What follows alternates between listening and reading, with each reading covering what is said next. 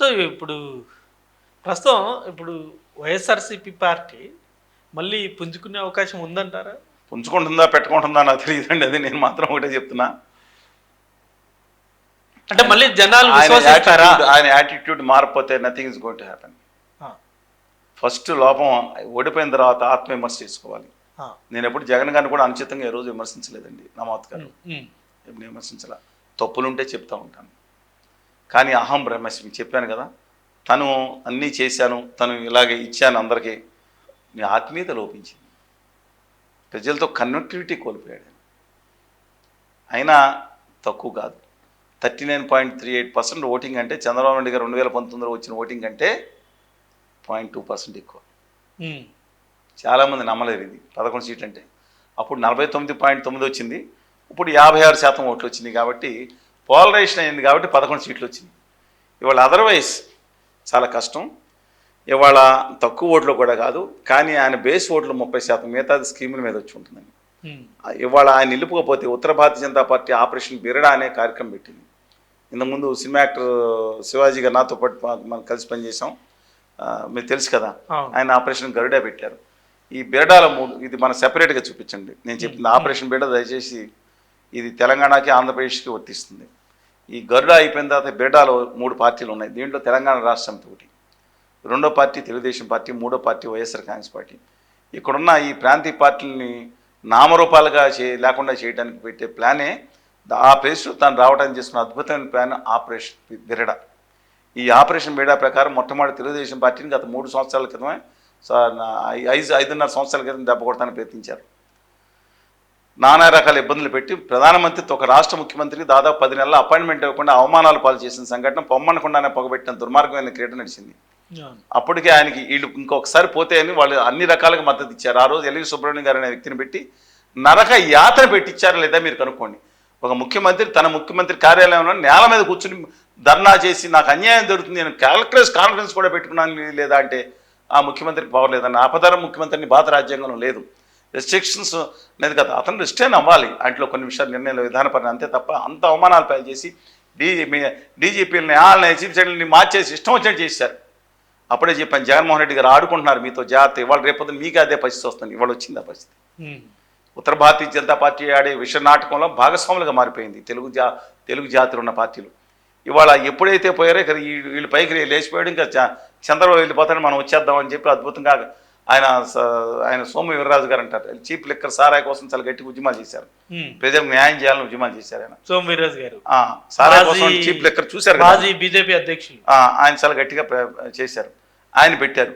అయినా ఏం జరిగింది అక్కడ? ఎన్టీ రామారావు మీద అభిమానం. చంద్రబాబు నాయుడు గారు బూత్ లెవెల్, ఈ దేశంలో బూత్ లెవెల్ పార్టీ నుంచి గట్టిగా నిర్మాణం చేసిన పార్టీలు ఏమన్నా సిపిఎం పార్టీ, ఆ తర్వాత తెలుగుదేశం పార్టీ. దేశ స్థాయిలో చెప్తున్నాను, ఏ బూత్లో ఎంతమంది ఓట్లు లేదో ఈయన దగ్గరే మానిటర్ చేసేవారు అప్పుడు.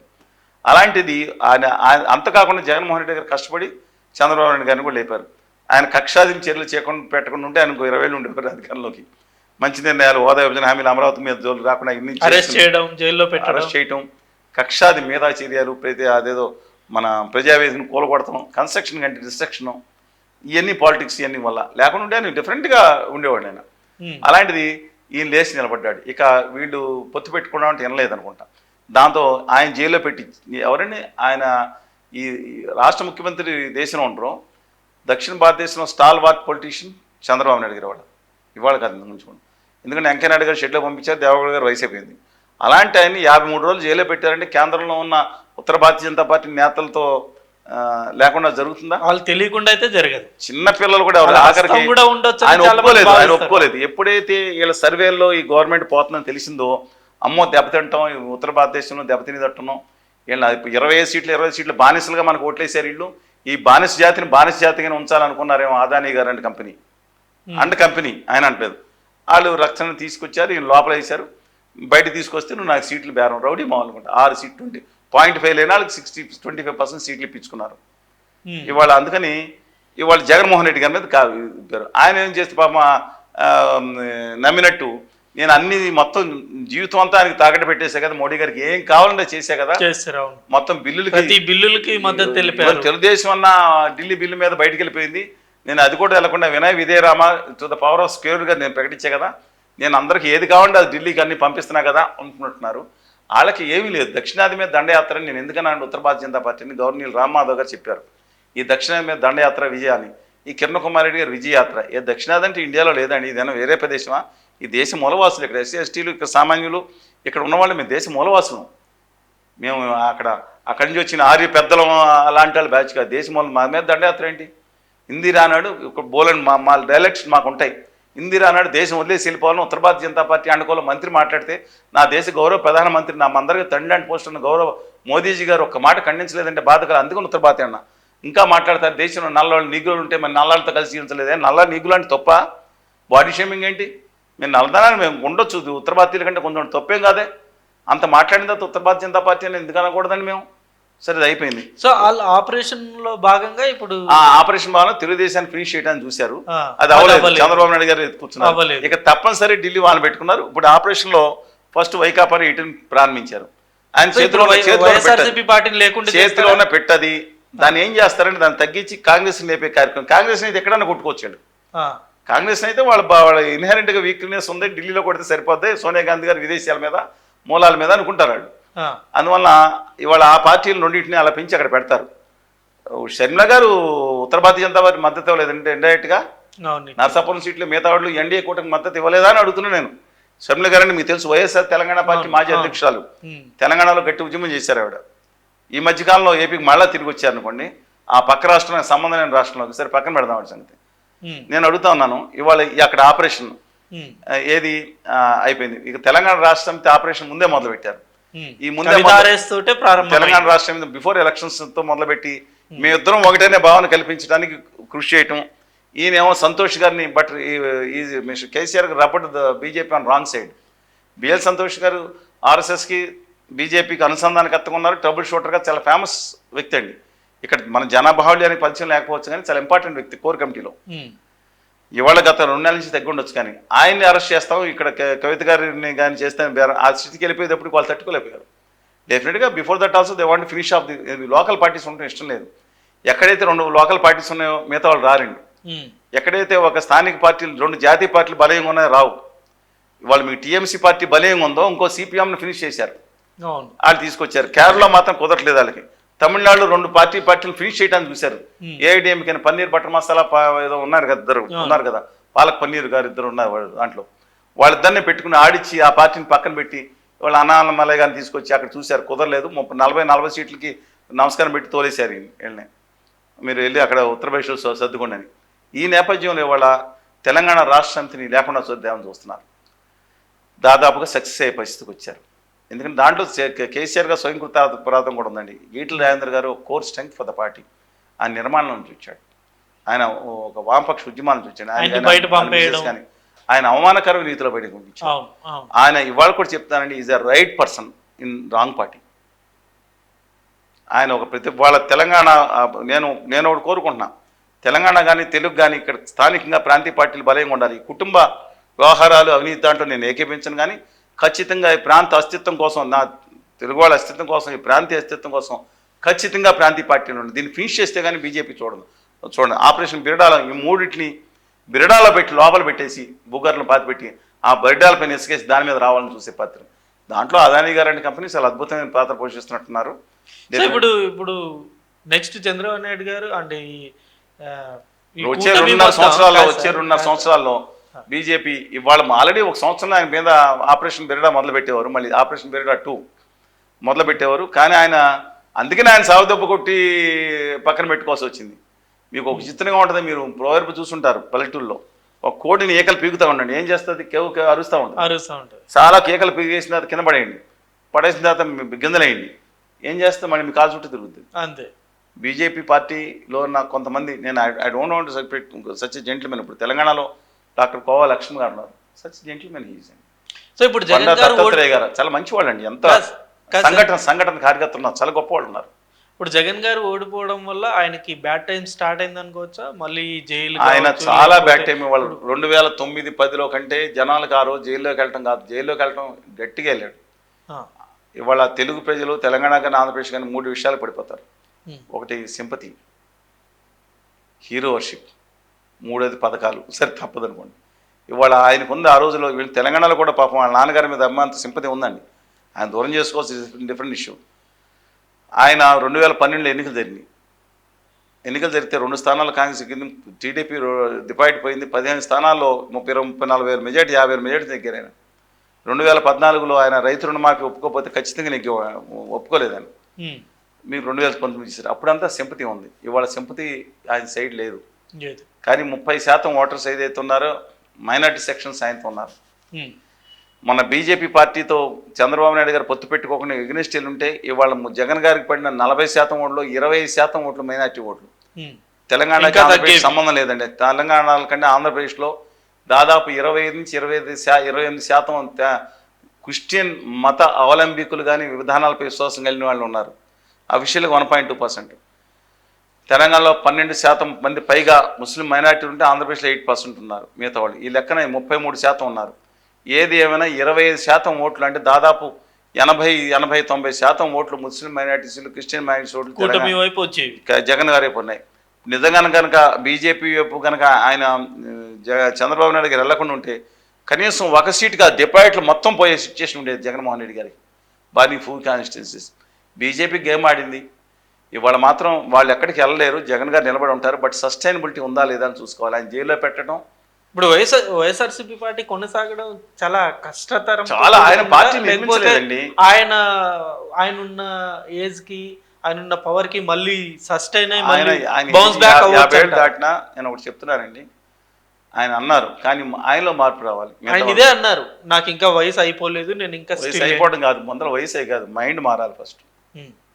ఆయన నేను పంచిపెట్టాను కాదు, నాలో లోపమేంటో ఆత్మవిమర్శ చేసుకోకుండా ఆయన చూసుకోకుండా వాళ్ళ మీద పడి ఆడు తప్పు చేసాడు, వాళ్ళు ఎందుకు చేయాలి, ఆడు ద్రోహం చేయలా, మీరు వాళ్ళని వాడుకున్నారు, మీకు డబల్ ఇస్తానన్నాడు, అవతల వెళ్ళిపోయారు. మీరు వాళ్ళకు ఉద్యోగాలు ఇప్పించండి, వాళ్ళు నిలబెట్టండి, ప్రత్యేక హోదా విభజన హామీలు తీసుకురండి, సాధించండి.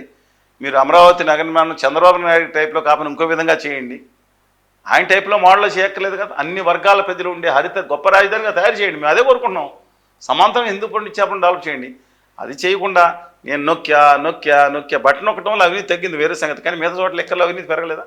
కక్షాదింపు చేయండి. ఎలాగని తెలిసే మీకు, ఒక డ్రైవర్ని కొట్టి చంపేసిన ఎమ్మెల్సీ అవును అది చేసిన తర్వాత అధికార ప్రతినిధులు టీవీలోకి వచ్చి తప్పేందండి, మేము జరిగిన తప్పే, అయితే మేము డోర్ డెలివరీ చేశాం కదా అంటే డెడ్ బాడీస్ డోర్ డెలివరీ చేయడం గొప్ప అనుకున్నారు. ఇది ఏమన్నా స్విగ్గీ జొమాటోలో ఆర్డర్ ఇచ్చేసి డోర్ డెలివరీ అనుకున్నారా? ఇది అహం అని అర్థం చేసుకున్నారు. మంత్రుల మాటలు కూడా అలాగే ఉన్నాయి. అది కాదు, నిజంగా లేదు వర్క్. జగన్మోహన్ రెడ్డి గారు వాళ్ళు నేను చెప్తున్నాను, చాలా మంది తెలియదు, రాష్ట్రం శ్మశానం అయిపోయింది అంటున్నారు. తప్పుడు మాటలు మాట్లాడుతున్నారు. అయిపోయింది, ఆంధ్రప్రదేశ్ రాష్ట్రం సర్వనాశనం అవ్వలేదు, కావాలని చెప్పి ప్రచారం చేస్తున్నారు. ఎక్స్పోర్ట్స్ ఆంధ్రప్రదేశ్లో 92,000 కోట్లు ఉండే 2018-19 నాటికి 24 నాటికి 1,60,000 కోట్లు పెరిగింది.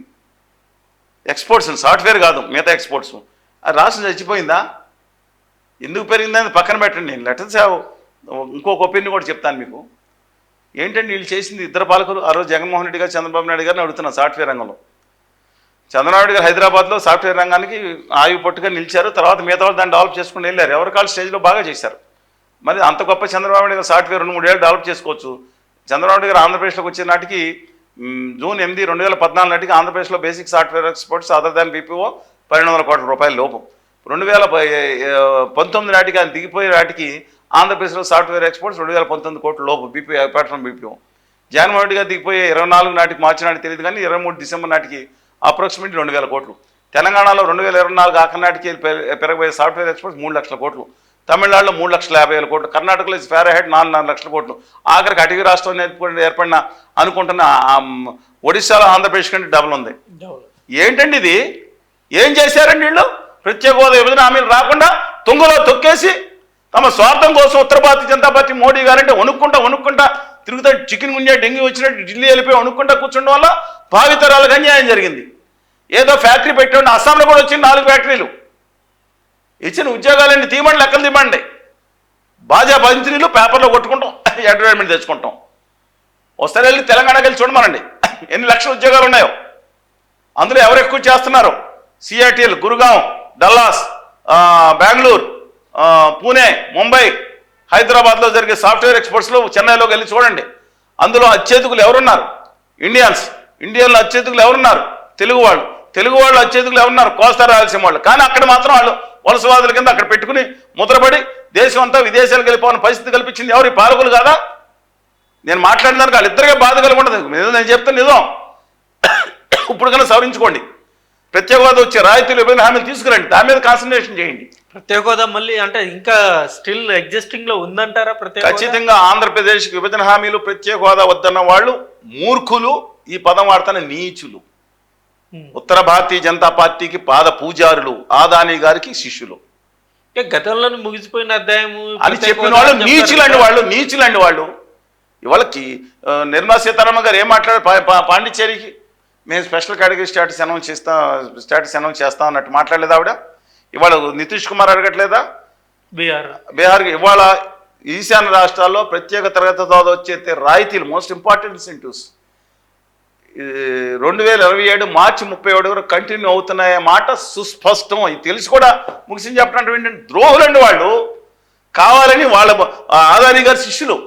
ఆంధ్రలో తెలుగు జాతి యొక్క అభ్యున్నతి కోరేవాళ్ళు కాదు వీళ్ళు. భయంకరంగా వాట్సాప్ యూనివర్సిటీలు పెట్టుకుని ప్రచారం చేస్తాను ముగిసిన చాప్టర్ని. ద్రోహులండి వీళ్ళు, తమ స్వార్థం కోసం చేసే ద్రోహులు. ముగిసిన చాప్టర్ కాదు. తెలంగాణలో 2009లో ఎవరు నెగ్గారు? టీఆర్ఎస్ తరఫున చెప్పండి నాకు. ఎంపీలు ఎవరు నెగ్గారు? ఇద్దరు. ఎవరు? సీట్ ఇటేసుకుని కూర్చునే ఆవిడ ఒకరు, సీటు ఆవిడతో మాట్లాడుకుని ఇటు చెప్పి కూర్చునే వాళ్ళు ఒకరు. ఒకళ్ళు కేసీఆర్ గారు, ఒకళ్ళు విజయశాంతి గారు. ఆమె రైట్? ఎక్కడికి వెళ్ళారు? ఆర్టికల్ 3 ప్రకారం వెళ్ళి తమ తెలంగాణ 2014 కల్లా తెలంగాణ రాష్ట్రాన్ని తెచ్చుకునే స్థితిలో పార్లమెంట్ బిల్లు తెచ్చుకుని వెళ్ళారు. ఇద్దరు ఎంపీలు. 36 మంది ఉన్నారు. అందులో ఒకళ్ళు గుజరాతీ వ్యాపార బానిసో వాళ్ళ హెడ్డో తీసేయండి అని సంగతి. అత్వానీ గారు గుజరాతీ వ్యాపారులు, ఆదాని అంబానీ గారు అంబానీ వాళ్ళ సరే ఎవరి కంపెనీ అందరం. మిగతా తెలుగు బిడ్డలు ఇంకో ఇద్దరు ఉన్నారు. నిరంజన్ రెడ్డి గారు, ఆర్ కృష్ణ గారు మన సోదరులే కదా. మా అందరం బ్రెడ్ బ్రదర్స్ అండి అందరం. వాళ్ళేం వద్దంటారు కదా, కావాలంటారు కదా. 35 మంది ఎంపీలు కూర్చుని ఏం చేశారండి? గడ్డి పీకారు. అక్కడ కూర్చుని అనవసరంగా వెళ్ళటం, వాళ్ళు లాన్ తయారు చేయడం, అక్కడ కూర్చుని గడ్డి పీకారని అడుగుతున్నాను ఢిల్లీలో. ఒకళ్ళిద్దరు తప్ప ఎవరన్నా మాట్లాడిన వాళ్ళు ఉన్నారా? అంటే జగన్ గారు చెప్పారు కదా, ప్రతిసారి ఢిల్లీ వెళ్ళిన ప్రతిసారి మేము అడుగుతూనే ఉన్నాము. ఏమండి, ఇచ్చినమ్మా వాయనం, అమ్మ ఇచ్చారు, పుచ్చుకున్నమ్మా వాయనం, ఇదేనా పని? ఈయన అడగడం ఏంటండి? వాళ్ళకి వచ్చి ఏది ఢిల్లీని మించిన రాజధాని ఇక్కడ నిర్మిస్తే వద్దులు ఏమైపోవాలని మా మోడీ గారు మాట్లాడారు. వెంకటస్వామి పాదాల సాక్షిగా మాట్లాడారు. ఏం చేశారు? నమ్మక ద్రోహం చేశారు. ఆంధ్రప్రదేశ్ బూడిద మట్టి, పిడికటి నీళ్లు వచ్చి అది కూడా కాలుష్యం మొహాన్ని కొట్టిపోయారు. అంటే సాధించకపోవడం మన రాజకీయ నాయకుల లోపం. మేము ఏ రోజు కాడిపడారు? 2019 తర్వాత భీకరంగా ఉద్యమం చేశాం, ఉధృతంగా ఉద్యమం చేశాం. మీడియా చూపించలేదు. You are responsible for that. మేమేం తప్పు చేసాం అంటే మేము ఒక మీడియాలో కూర్చుని అవతల మా నాయకుడిని వాళ్ళ భార్యని, ఈ మీడియాలో కూర్చుని ఆ భార్యని తిట్టాలన్నా అందరిని అంటలేదు, కొంతమందిని అడుగుతున్నాను. చూపించాలి అందన్నారు వాళ్ళు మమ్మల్ని, మా ఉద్యమాలు కానీ లేదా చర్చలు కానీ. 90% ఎందుకు చూపించలేదు? రాష్ట్రం అంతా పాదయాత్ర చేసాం. రాష్ట్రం అంతా విద్యార్థి యువజన సంఘాలు బస్సు యాత్ర చేస్తే విజయనగరంలో ఎక్కడి నుంచి 2 కిలోమీటర్ల పాటు వేలాది మంది విద్యార్థులు రోడ్డు మీదకి వచ్చి ధర్నాలు చేస్తుంటే కనీసం ఒక్క మీడియా యాక్షన్ లేదా? ఢిల్లీలో మొన్న లాస్ట్ మంత్ మార్చి 8వ తారీఖున ఢిల్లీ వెళ్ళి విశాఖపట్నం స్టీల్ ప్లాంట్ ఉద్యోగులు మేమందరం మాట్లాడుతుంటే ఈ దేశంలో ఒక్క అక్షరం వేసిన పేపర్ లేదు. 8వ తారీఖున చూడండి ధర్నా చేసాం లేదని ఫోటోలు ఇస్తాను మీకు. ఒక్క అక్షరం. ఏం తప్పు చేశాం మేము? తిట్టాలా మేము?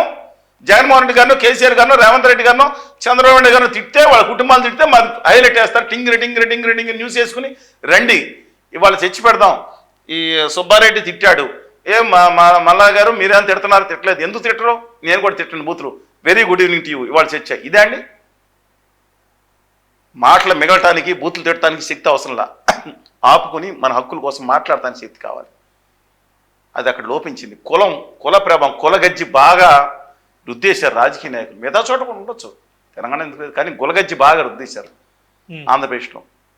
ఒక మత పిచ్చి కూడా తీసుకురావడానికి ఉత్తర భారతీయ జనతా పార్టీ ప్రయత్నించింది. చూశారు కదా, 2-3 అంతర్వేదిగా కదా, కానీ అక్కడ వర్కౌట్ అవ్వదు. తెలంగాణలో వర్కౌట్ అవుతుంది. తెలంగాణ సమాజంలో సాయుధ పోరాటం, తెలంగాణ సాయుధ పోరాటం నుంచి వచ్చిన నేపథ్యంలో అక్కడ శ్రీకాకుళం సాయుధ పోరాటం ఉంది. ఇక్కడ తమ రాష్ట్రం ముఖ్యం. ఇర్రెస్పెక్ట్ క్యాస్ట్, క్రీడ్, రిలీజియన్ కంటే ఫస్ట్ రాష్ట్రం, తర్వాత పార్టీ అలయన్స్లు అన్నారు, తర్వాత మతం, తర్వాత కులం వస్తుంది.